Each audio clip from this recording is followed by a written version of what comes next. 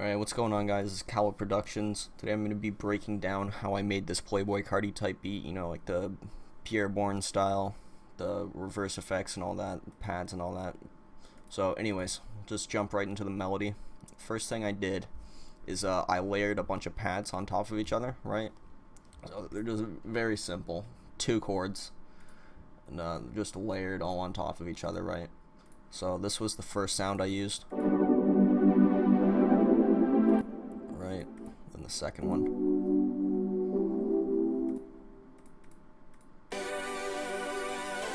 and that's the third one, and then this right here, this is what's what we're reversing, right? This is what's gonna give it that reverse effect, you know, the spacious kind of effect, you know what I mean.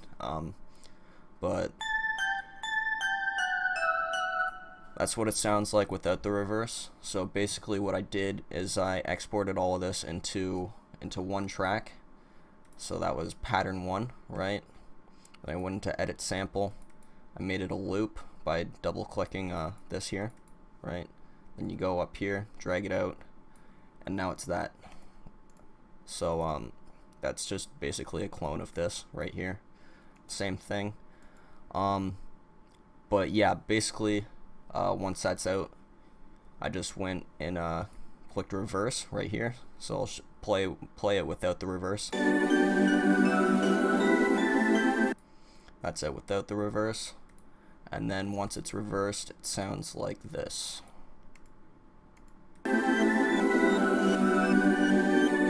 So right, it's quite a difference. But anyways, in the mixer, I put this on track 6, and I just threw an EQ on it. Fruity parametric EQ. It's free with FL Studio. Everybody really should use it. It's great. It makes quite a difference in the overall quality of your beats. But essentially, all I did was I just used this preset and then dragged the 2 knobs over. Get rid of all the low end so it's not interfering with the 808, and just a bit of the high end to make it sound a bit cleaner. Anyways, after the melody, I just went straight into the drums. The drums are super simple for all of these beats. It's just a 2-step hi-hat, super simple. And then there's the clap. Most of these sounds are from the Zaytoven kit. If you do a bit of digging, you should be able to find this. But there's a snare, 808,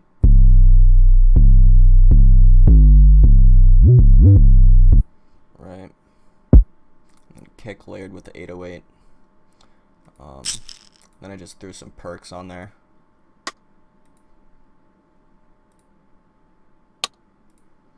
Right, super simple.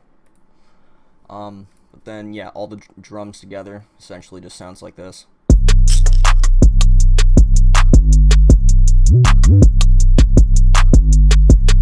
Really great sound. And also please, producers, please sidechain your 808 to your kick. Essentially what that's gonna do is every time your kick hits, it's going to lower the level of the volume of the 808 just for a second, and then it'll go back up. It just makes it so much cleaner, because your kick and your 808 are on the same spot on an EQ, and those mixing together, it just doesn't sound that great. So I'm not going to get into too much detail on how to sidechain in this video, but if you just go on YouTube, look up like how to sidechain 808 with your kick, you'll find lots of videos and go into detail on how to do it. Also, yeah, if you don't know how to mix your drums, that's a big thing. You don't want well, a lot of producers, they won't even touch the mixer. It just blows my mind. It's a thing with a lot of new producers. I'll just leave all this the same, and you don't want to do that, because in your kits, your drums aren't leveled properly. They will almost never be leveled properly. So you have to manually control the volume. Otherwise, you're just gonna have some drums that are too low in volume and drums that are too high in volume. So you don't want that. Please mix your drums. But yeah, finished product basically. It's just like a 3-minute track. I started out with all the drums, and then after that it went into just the melody. I'll play that for you.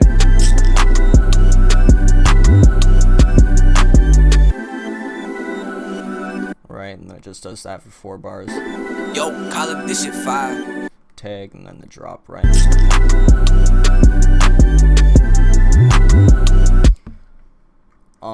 And then right here, give some variation in the chorus, right? So you just take out the drums and leave just the melody in there for at the end of the 4th bar in the chorus, right? So it just sounds like this, right? Just some nice variation, and leaves a nice spot for like some kind of punchline in the vocals, right? And then for the verse, just really simple stuff. All I did was take out the kick and the 808 and left everything intact. And then chorus again, same thing, verse, chorus, and then the outro. I do this in all of my outros. It doesn't matter who I'm making a beat for. I'll just do this for my outro, right? Melody, and then the drums come back in at the end of the outro, and it just fades out.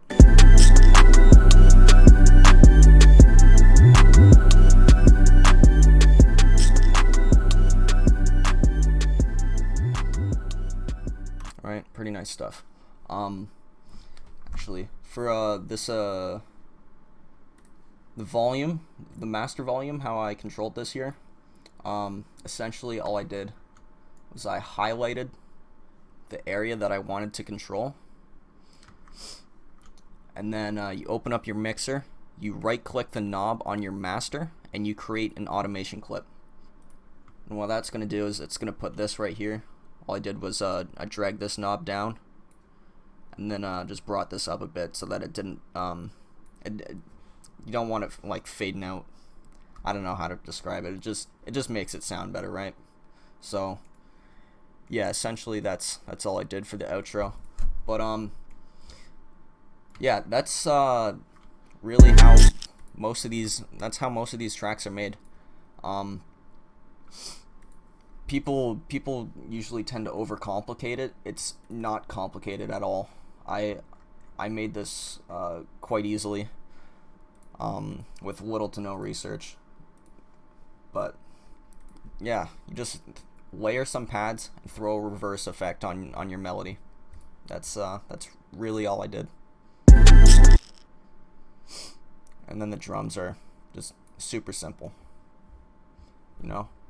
But yeah, anyways, hopefully that showed you just exactly how you can do this, because I discovered how to do this not too long ago, and now I do it all the time because I love these kind of beats. They're fun to make and they sound great.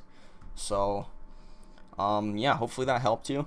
If so, feel free to leave a like, maybe subscribe.